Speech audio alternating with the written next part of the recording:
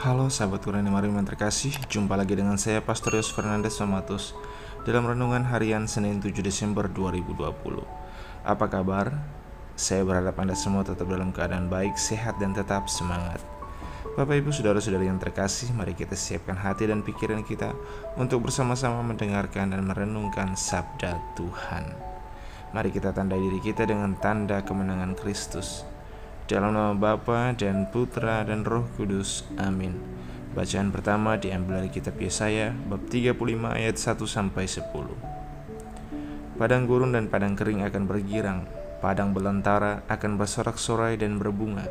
Seperti bunga mawar ia akan berbunga lebat, akan bersorak-sorak, ia bersorak-sorak dan bersorak-sorai. Kemuliaan Libanon, semarak Karmel dan Saron akan diberikan kepadanya. Orang akan melihat kemuliaan Tuhan, semarak Allah kita. Kuatkanlah tangan yang lemah lesu dan teguhkanlah lutut yang goyah.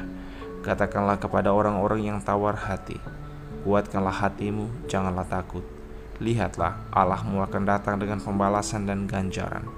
Ia sendiri datang menyelamatkan kalian. Pada waktu itu mata orang-orang buta akan dicelikkan dan telinga orang-orang tuli akan dibuka. Pada waktu itu orang lumpuh akan melompat seperti rusa, dan mulut orang bisu akan bersorak-sorai. Sebab mata air memancar di padang gurun, dan sungai di padang belantara. Tanah pasir yang hangat akan menjadi kolam, dan tanah kersang menjadi sumber-sumber air. Di tempat serigala berbaring akan tumbuh tebu dan pandan. Di situ akan ada jalan raya yang akan disebut Jalan Kudus. Orang yang tidak tahir tidak akan melintasinya, dan orang-orang pandir tidak akan mengembara di atasnya. Di situ tidak akan ada singa, binatang buas tidak akan menjalaninya, dan tidak akan terdapat di sana. Orang-orang yang diselamatkan akan berjalan di situ, dan orang-orang yang dibebaskan Tuhan akan pulang dan masuk ke Sion dengan bersorak-sorai. Sedang sukacita abadi meliputi mereka.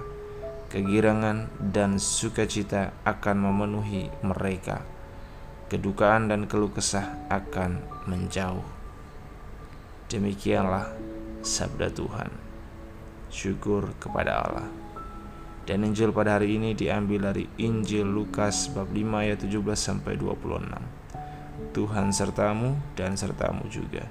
Inilah Injil Tuhan kita Yesus Kristus menurut Lukas. Dimuliakanlah Tuhan. Pada suatu hari ketika Yesus sedang mengajar, ada beberapa orang Farisi dan ahli Taurat duduk mendengarkannya. Mereka datang dari semua desa di Galilea dan Yudea dan dari Yerusalem. Kuasa Tuhan menyertai Yesus sehingga ia dapat menyembuhkan orang sakit. Maka datanglah beberapa orang mengusung seorang lumpuh di atas tempat tidur. Mereka berusaha membawa dia masuk dan meletakkannya di hadapan Yesus. Tetapi karena banyaknya orang di situ, mereka tidak dapat membawanya masuk.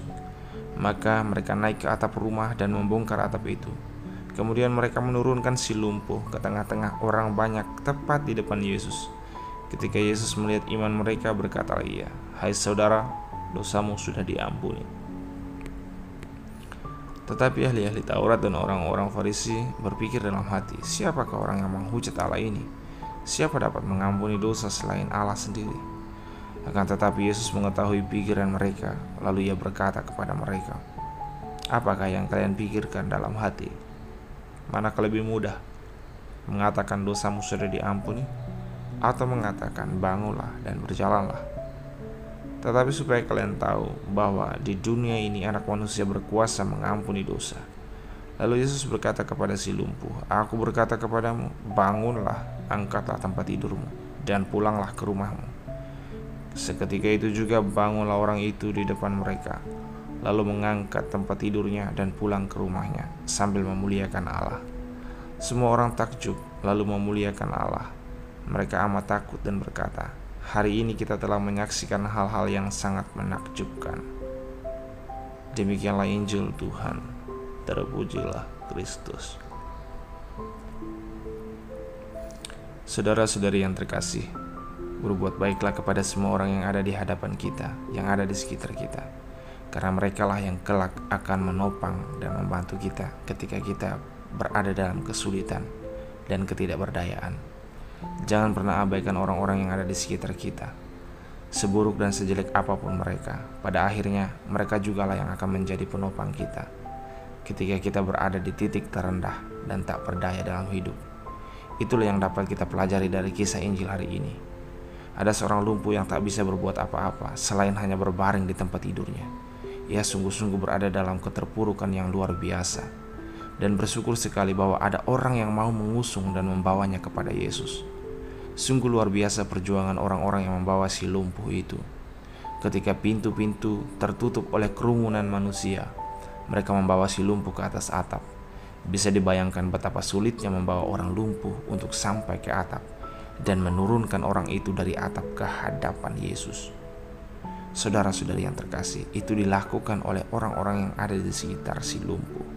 Begitu baik dan luar biasalah orang-orang yang ada di sekitar si lumpuh, yang mau membawa, mau mengusungnya dan membawanya, meletakkannya di hadapan Yesus. Dan akhirnya si lumpuh beroleh keselamatan, beroleh kesembuhan. Keselamatan atau kesembuhan si lumpuh tidak lepas dari peran serta orang-orang yang ada di dekatnya. Tanpa bantuan orang lain, si lumpuh tidak akan pernah bisa beroleh kesembuhan. Saudara-saudari yang terkasih, pengalaman si lumpuh mengingatkan kita agar tidak mengabaikan orang yang ada di sekitar kita. Jangan meremehkan orang-orang yang ada di sekitar kita. Hargai hal kecil yang bisa mereka perbuat, maka mereka akan membawa kita kepada sesuatu yang lebih baik dan lebih baik lagi. Ketika kita kesulitan, maka orang pertama yang paling bisa kita mintai pertolongan adalah orang yang ada di sekitar kita, orang yang ada di dekat kita.